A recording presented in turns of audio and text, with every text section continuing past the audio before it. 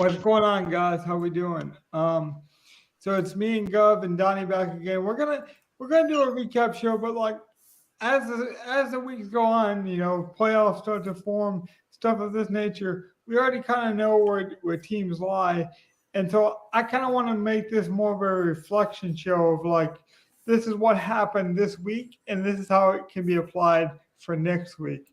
So. Gov, what did you see this week, and what are the biggest storylines that could come of it for the next week upcoming? From this last week, I know like one of the things I really liked this week that I played a lot of was Miles Sanders with one of the pass catchers from Philadelphia. Yeah. And had Jalen Hurts not taken every single 1-yard touchdown, and just one of those going to Miles Sanders, the day is completely different. Because both A.J. Brown and Devonta Smith were perfectly fine. So, like, I don't think that I can take that into the variance. Like, there was a lot. This was a very, I'll say, variance week.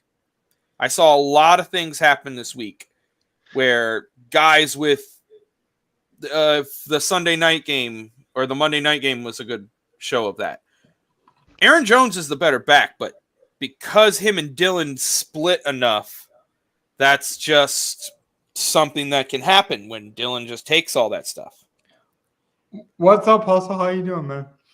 Yeah, I also want to mention on your kind of observation of that experience, Dallas Goedert should be coming back. So Smith has looked really good and kind of ate up that usage since Goddard's been out. But if Goddard comes back in any capacity, we could see a bump there. And also, Jalen Hurts looks like, I would say 80% chance he's going to sit. And last time we saw Minshew run this offense, Goddard saw, I think, 70% of the targets, something absurd like that. So, but to be fair, wasn't A.J. Brown not there? So, I don't love that. Just because that's true. That was a Goddard, Devonta Smith only. So, like, we shall see what happens and who Minshew likes, because Minshew wouldn't have been able to practice with Goddard on the IR. So, right, we shall see what happens. No, that's exactly to the point, Donnie. Is like just because it happened before doesn't mean it will happen again. But I do think it speaks to Devonta Smith. Like, I think they both eat into each other. Well, I really like Devonta Smith, honestly. I think he could definitely become the number one eventually. I think he is the number one. I wouldn't go that far yet. A.J. Brown's had a hell of a year, but yeah, I see with Smith. Yeah, I was about to say, A.J. Brown is the clear number one for me. But Devonta Smith, like, Devonta Smith is good enough where he could be the number one on a lot of teams. And the fact that he's the number two gives the Eagles an absolutely insane passing attack. Similar to the Bengals. I would agree. That's the same sort of thing. Like the Bengal, that's a very good analogy. But then Jalen Hurts is more of a runner than Burrow. Right. No, I would also agree, speaking of agreeing, that Hurts prefers A.J. Brown. But I'm saying talent for talent, I think Smith has higher upside than A.J. Brown. And obviously that's a bit tricky because you're talking about age difference, you're talking about slightly different skill set. But I think like the most talented receiver on that team is Smith, but Hurts trusts Brown. But that's not a slight either one of those young men. They've both been great. So full transparency, just to speak about our lineup or one of my lineups here, and then we'll look at this. The slate as a bigger scope and just more concept ideas. We didn't win any of my DraftKings contests this week. You guys can go back and watch how we built the lineups. I thought the lineups were well constructed. We saw a lot of running backs just miss the bonus. Kamara just missed the bonus. Swift had a chance to break a couple big ones. I want to say Latavius Murray just missed the bonus by like 3 yards too. He did get it. Latavius Murray was one of the very solid plays. Yeah, he did get it. What I'm saying is there was a bunch of running backs on the teetering edge of bonuses and breakaway plays that could have made. There was a lot of could have been 3, 4, 5 point swings just off of one extra play. Right. For example, the Lions had a special teams touchdown on a short field. So, if that doesn't turn into a special teams touchdown, that's probably more Jared Goff points, And they almost had a defensive touchdown as well. Right. And the same thing I was saying earlier, Jalen Hurts got 3 inside the 5-yard touchdowns. Any week, one or more of those could have gone to Miles Sanders or even Boston Scott or Kenny Gainwell. Right. That's exactly. While we're on the Jalen Hurts stuff, can we just talk about this MVP race? I get it. Patrick Mahomes is having a great year, but in order to make it look even, you have to take out Jalen Hurts' rushing stats. No, you don't. You can't take it out, Donnie. Well, no. It doesn't look even at all. I'm saying Hurts has run away with this award. Even if he doesn't play, I don't know. No, yeah. I don't. Okay, I think he's in the lead. I'll give you that. But if he doesn't play the next couple weeks and Mahomes or Burrow have amazing games and end up or even Josh Allen have amazing games, then it's not safe for him. Look, I don't say he's run away with it, but I would definitely say it's probably Hurts, Allen, Mahomes would be my 1, 2, 3 MVP right now. I came on this podcast and Nate Crow. I don't particularly wasn't fond of this player to begin his career. If Joe Burrow can get his team in the playoffs with his statistics, with all their injuries, defensively and offensively, he's had to be the role model for that team, both as an emotional leader off the field, when they were without their best defensive players, and then without Chase. He's proven to me he is my front runner right now. I put him above Hurts, but I don't just look at statistics. When I think of most valuable, I think of this team can't afford to lose this player, and he's elevated his teammates. Hurts if Burrow has 2 big games and they win that division and they're the 2 seed behind Buffalo or something, then or behind because AFC. Right. If they're the 2 seed behind Buffalo and they jump over Kansas City and Burrow has 2 big games at the end of the year, yes, Burrow could totally win the MVP. Especially if we see Minshew come in and operate. Well, that's what I was about to say. Yeah, if Minshew comes in and plays well. And they lose both. What if they lose both games with Minshew? Then what do you say? Or, sorry, 2 games with Minshew. Hurts comes back. Minshew plays 2 games. They lose both. But what? Minshew also looks awful in them? Minshew looks okay, but not the offense just doesn't look great. Donnie, I would say... so that helps Jalen Hurts' argument. That but helps. then if Burrow still has the kind of games I'm thinking about, I'm talking 400-plus yard, multiple 3+ touchdown, maybe even a rushing one for him. 100%. They put up 30-plus points. He's going to have 2+ of those games, and then they end up winning their division and being the 2 seed. That is something, yes. Because I believe, did Cincinnati already play Kansas City, or do they still have to play Kansas City once? They still have to play them. I think they play them next week, if I'm not mistaken. So, that's a game. All right, that's probably, if Jalen Hurts doesn't play and Minshew doesn't look great, that's probably the MVP game. They already played them. They did? I believe they already played them, and they beat them, right? No, Cincinnati won 27-24, just like their other game.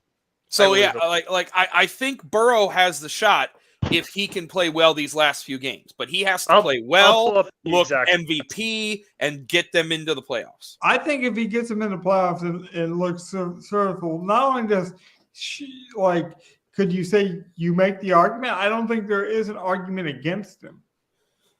I truly think he'd be that far ahead. Well, here's the thing. If Minshew comes in and they win both games, it's not even close. The offense still looks great. That kind of hurts his argument a lot. Donnie, I don't think there's an argument. Dude, he went without Chase for a stretch. He went without Higgins for a stretch. He's not without his tight end for a stretch, and they did not have a good defense, and he still carried that team. Trust me, I don't like him as an individual player. I just think the way I define MVP, it's Joe Burrow, but I don't look at statistics the way some people do. So, I mean, if you're just looking at statistics, you're right. Hurts is the guy. Well, that's how it is nowadays. So that's the thing. You, I'm saying I don't give a damn. No. That's how the public voting will go. Like, that's usually what it goes by nowadays. It doesn't go by, the valuable player. Well, Which I disagree with. I'm more on your case as well, where it should be value over statistics, but that's not what we have most of the time. Well, you can say that all you want, but what I'm saying is when I hear those words, I'm going to vote with what it means to me. Like, just like I'll tell you that Tyreek Hill will never win MVP based on his personal thing. Now, that doesn't mean he shouldn't, but just to your point, like how the public's going to criticize different elements. Like, I get it, but Burrow is definitely deserving. Well, I just looked at it just to see what the game was. Mahomes had a bad game, or not bad, but not a Mahomes-like game in the Bengals-Chiefs. Burrow had an amazing statistical game, only 6 incompletions, had 50 rushing yards, 3 touchdowns. See, but I like this because this is foreshadowing. It allows us to talk about different offenses.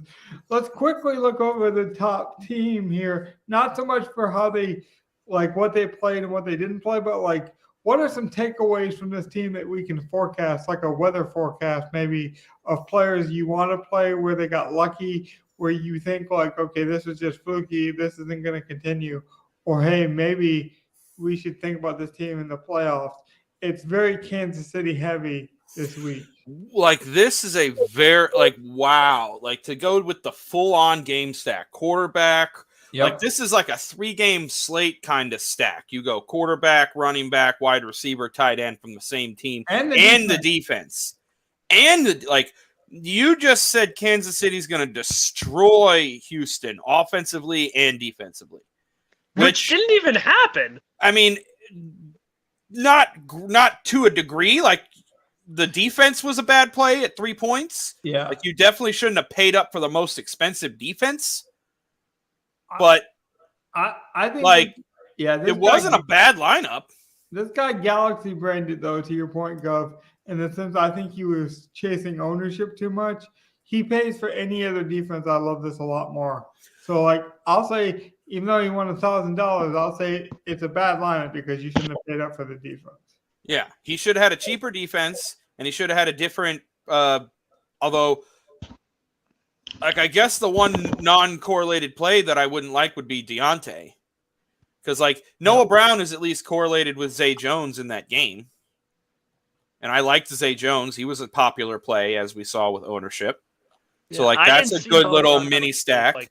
So like I would have gone down a defense and had like another mid 5K flex guy. Yeah. Well, even we paid up for a defense. We had the money to go Kansas City, but we went Philly. I mean, we didn't. Yeah, like I don't mind paying up for defense, but like it was very weird that stack. Like it was that's the kind like he did do a stack. Like maybe he got in that thought train of doing it because of the 3-game slate the day before. Well, let me pull. But like it usually doesn't work so well. Like smaller field, it can work, but it's usually not as optimal to do that on like a 10-game slate. I pulled it up, this team, and I wanted to prove it because I knew that it would probably be a mid-level team here. I think he was playing the Chiefs because he wanted to get off of the chalky Denver defense. But like they were chalky for a reason. I'm not one for playing chalky defenses either, but like if there was a guarantee for 10 points, I think that the Broncos were it, and they hit it, And when they're that cheap, I don't even care if they're 50% owned. I think it was a good play. So do we just play good defenses and good matchups? Like this week, we might get Trace McSorley or Colt McCoy again. Do we just target Arizona? I mean, I know the ownership will be crazy, but like if they're cheap, then. Well, if you have a situation like that where you're down to your third string quarterback, I know Trace McSorley can somewhat get the ball to his receivers. We've seen it. So, he's more of a rusher anyway, so he might be better off just going single if you went to play him. But I kind of like, if you have a backup quarterback, just getting the best weapon on that offense for that week. Just because I expect the best weapon to be targeted a bunch. I mean, to your point, we saw it with Johnson that he was in the top lineup. Trubisky did like Devontae. I saw Devontae Smith, but he did like Johnson before Pickett took over, and they picked up right where they left off. Eventually, the touchdown regression is going to come for him.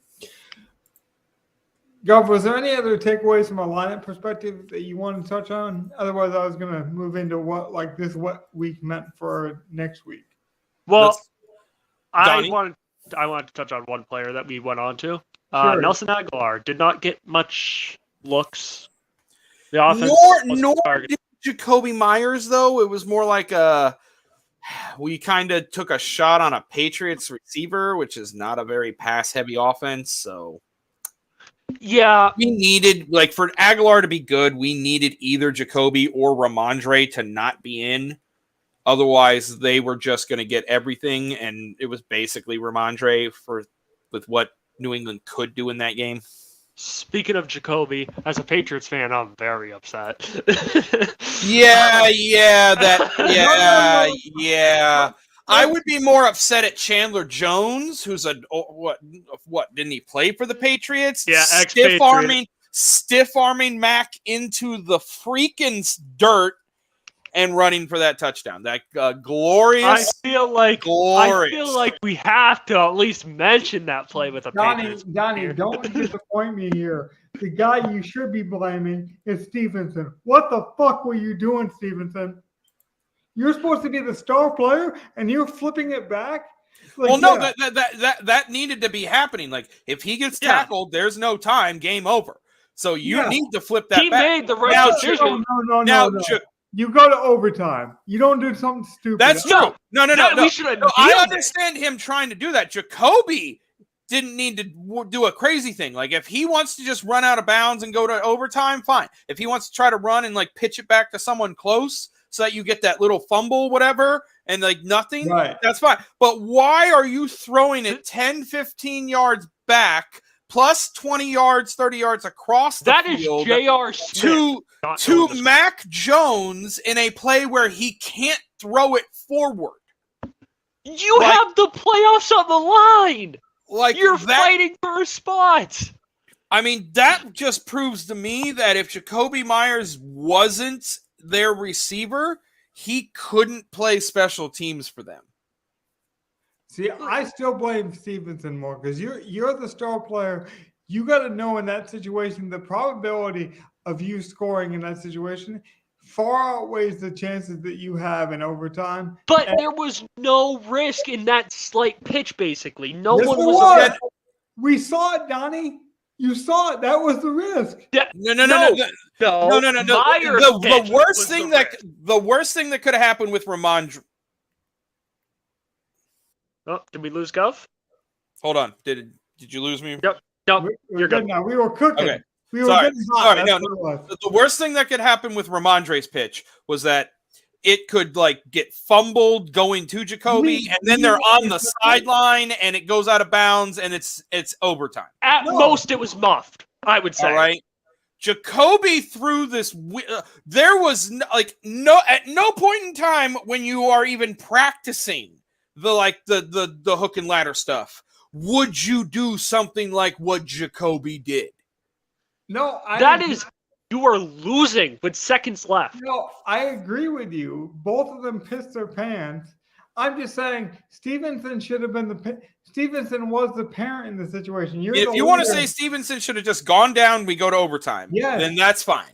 Okay, I'll give you that. But like him pitching it backwards and trying for the hook and ladder was not such a bad call. Yeah, that's what I'm saying. No, but what I'm saying is he put it into motion because to me, I'm viewing it like he's the parent, right? He gave Myers laxative and Myers shit his pants. And we're acting surprised that he shit his pants. You put a bad player in a bad spot. Myers has never been good. Myers will never be a number one receiver. Myers is not a superstar player. He's not a playmaker. You're the playmaker on the team, and you made a terrible play. Myers is not a bad receiver. But Stevenson is the playmaker on that offense, and he made a terrible decision. That's all. I'm fine with the Stevenson decision. We're going to have to agree or disagree on that one. I'm fine with Stevenson doing that, and Myers just was stupid after he did it. And I just want to bring up the press conference on why they didn't throw a Hail Mary. Belichick said Mac simply just cannot throw it that far. And that's bullshit. Yeah, that's what Bill said after the game. Really? If you can't trust your quarterback to throw a 60-yard Hail Mary and you'd rather do a hook and ladder play, because if that was designed, that's disgusting. Well, but no, if there was the only reason why I'm fine with it is because no one was around Myers at the point, and if he muffs it, everyone just dives on the ball, and it's most likely overtime. My last point on this, and we can move on, because I just think the Patriots deserve to miss the playoffs at this point. Oh, I agree. You do not lose to that Raiders team against Josh McDaniels. And Josh sucks. But if you're gonna hire Patricia back and give him the offensive reign, that's just preposterously stupid. And I said that before the season even started. I said that in the preseason in week 3. So, I mean, I would 8 crow just like I did with the Burrow thing if I was wrong. But you just don't give a defensive coordinator that job, that high profile maybe with like a Tom Brady, who obviously could run his own offense. But you're talking about a young player who's already on shaky legs, who doesn't trust. I don't think Mac Jones is great, but he doesn't trust himself offensively. Oh, one more Patriots note. I just want to bring this up to cut you off really quick. Trent Brown, our offensive lineman, did like a post. I don't know what it was on, saying that they should go after Garoppolo or Brady in the offseason. Okay, well, fine. Go ahead. Not that that's a big deal. Trent Brown's probably gone this year. He's not under contract. Jacoby Myers is probably gone because of that play specifically. I think this whole team is revamped. I don't know if Hustle's still here, but I believe Hustle this week said that he believes that Tom Brady has a noodle arm. I maybe wouldn't go that far, but I would say I don't think Tom Brady is like the prize fighter that people think he is at this point. I wouldn't want him on my team. I mean, I would if you're going to do the bridge quarterback thing. I think Derek Carr fits that mold because he has the highest upside. But I mean, at that point, I just rather take a chance on a younger guy. Call up the 49ers. Call up, even I'd just rather take Mac Jones and see if there's some potential long term over a guy like Tom Brady. That's just me personally. I see. As a Patriots fan, I'm fine with the recession of the team. Like there's no excuse for that in any franchise in the NFL for a play like that to happen. Okay, now we've done our Patriots radio hit. Let's get on. To this weekend. And what do you think was fluky, Gov, that has a chance of not repeating that people are going to go to this week and think like, oh, this is going to happen? For me, it's the Kansas City backfield. I think people are going to overplay McKinnon terribly bad this week. I have that same feeling, but I also have been burned by playing Pacheco the last 2 weeks, so like it kind of hurts. But like I have that same feeling that this is going to be the week that Pacheco has a good one over McKinnon. Well, even maybe you just stay away from both because you don't know. But I just think McKinnon. They're going up against Houston, or wait, who are they? I forget who are they playing again this week. Played Houston. It's Seattle. That's also a horrible rush defense. Like, oh my god. See. And because Kansas City's a pass funnel, I'm gonna love playing like one of the running backs along with like Metcalf. Like I might do the run of the running backs with Metcalf and Lockett and not have Geno or Mahomes. I gotta get us out of here in about 10 minutes because I gotta go to work for the holiday season. But I would love to do some rapid fire whether you think it's a fluke or fail kind of week for these guys next week based on some of DK Live's projections and highlights from last week. Would you guys play Minshew at under 5K? No. There's too much Maybe. talent on that offense. I mean, with the isn't rush that game. the third? I believe. Like, when is that game? That is the Sunday game. It's what, 4:00. I maybe I could maybe see that because he's been okay with that offense. That's actually they're playing Dallas though. That's the latest game of the slate too, by the way, because we have some on Sunday. So remember, guys, this slate is broken up between Saturday and Sunday. So we do have a small Sunday slate. So it's going to be fun because I do want to bring the guys back together. I think we're going to try to get together on Friday, right? Yes, Friday. I do not want to do a Saturday and miss out on all those games. I mean, there's too much going on. Yep. Hustle, I want to agree with you too, buddy. So give me your hottest take as we close up shop here. I'm going to give you like 6 to 7 minutes to think about it. Give us the guy that you think did well this week that's going to fail next week. Look, the overowned overreaction of the week. For me, I mean, I know the other one other than the Kansas City ones on my mind would be Zay Jones.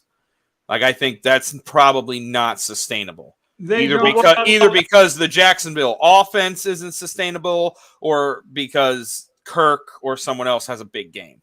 What about Noah Brown? I mean, I don't see that. Something tells me that was Noah Brown trying to show out to show that, hey, you don't need T.Y. Hilton. That was don't fucking put T.Y. Hilton over me, asshole. Yeah, that was literally a keep that old fuck on the bench game. That's what Noah Brown just did. It really was. So I don't think that's sustainable, but we'll see. And that's not just me and Gov cursing. That's like, I think Noah Brown legit was pissed. He was like, hey, I've been here all year. I played with Cooper Rush. Me and Cooper Rush had good chemistry. I led this team when Michael Gallup was gone, and then you're going to bring in an old-ass T.Y. Hilton. Whether you think T.Y. Hilton's washed up or not, I mean, I think Noah Brown was obviously upset. Yeah, I get what you mean by that. Yeah, I wasn't even thinking about the T.Y. Hilton thing. Christian McCaffrey is lined up more outside in the slot than some receivers have in the slot this season. I think it's time to just view him as an offensive weapon. He's going to be in almost every one of my draft lineups this week, I think. He's just a great player. If Debo is hurt, does he just not take over the Debo role, kind of? Like a better version of Debo. I think he's always been right. better. I think he always will be better than Debo. Well, no, I would 100% agree. I think it's actually better to put him in a Debo role because I don't know if his body can sustain being a full-time back anymore. Right. Now, not saying that he shouldn't line up in the backfield more than 50% of the time, but I don't know if I'd put him in the backfield more than 75%. Gov, you always have good lineup takes and theories perspectives. That's why I can't wait for Donnie to join us for some of this evergreen off-season content. Because I just love picking your brain. I wish we had more time, and we'll get maybe an earlier show on Friday just so we can make up some of this time because I really do value your opinion on topics like this.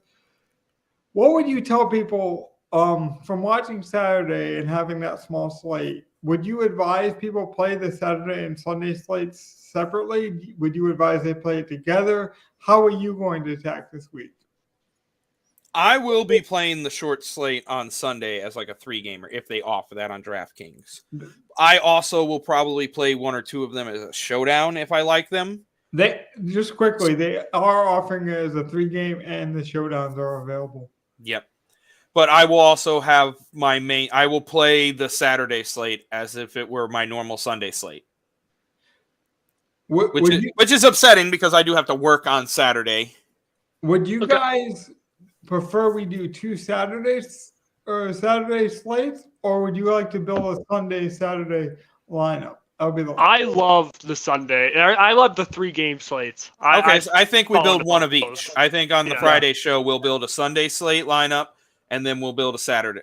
We'll also build our normal Saturday slate lineup.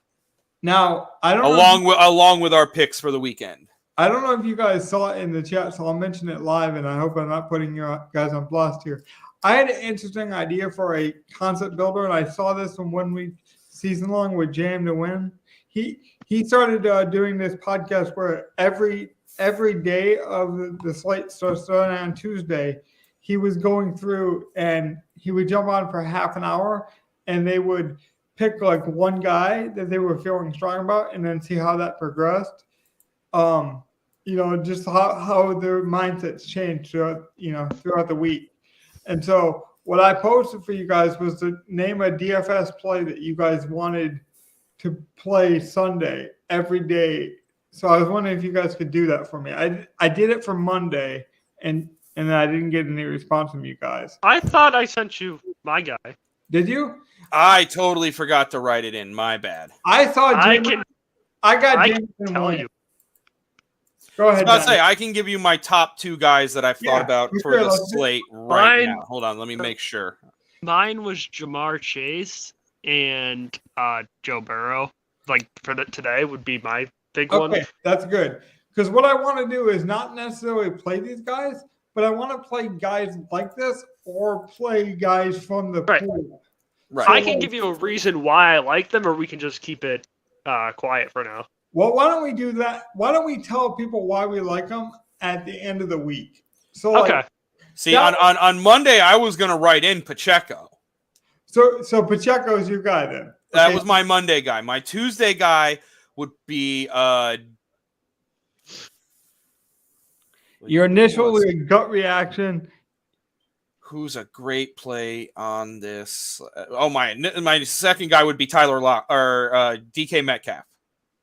DK Metcalf, 100%. DK Metcalf going against Kansas City. I like it. Because I think Lockett's out.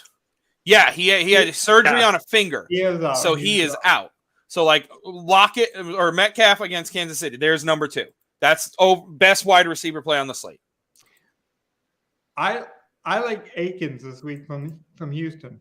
Saw 8 targets. He's my I think we're underthinking this.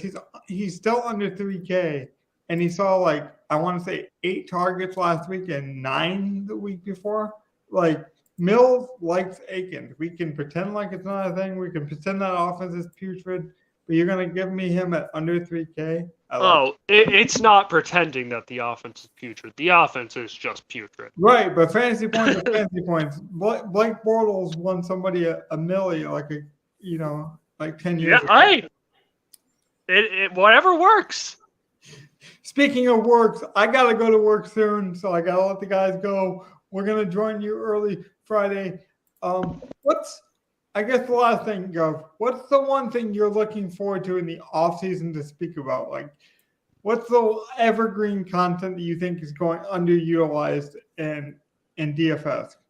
Because I kind of want to build on this idea as we look. I'll have to give that some thought, because my only thought right now, once football season over, is I can focus on NBA.